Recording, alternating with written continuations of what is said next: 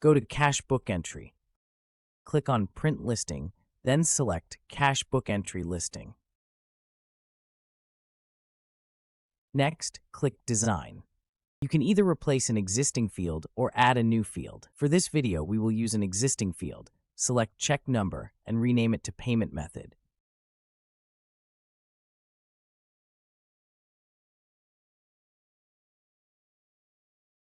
After that, on the right-hand side, find the field list and look for Payment Method.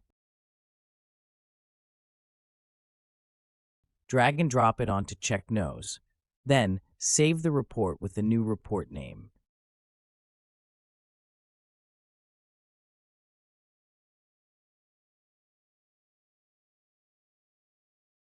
You can also click Preview at the top right to check the final output. And that's it. It's that simple.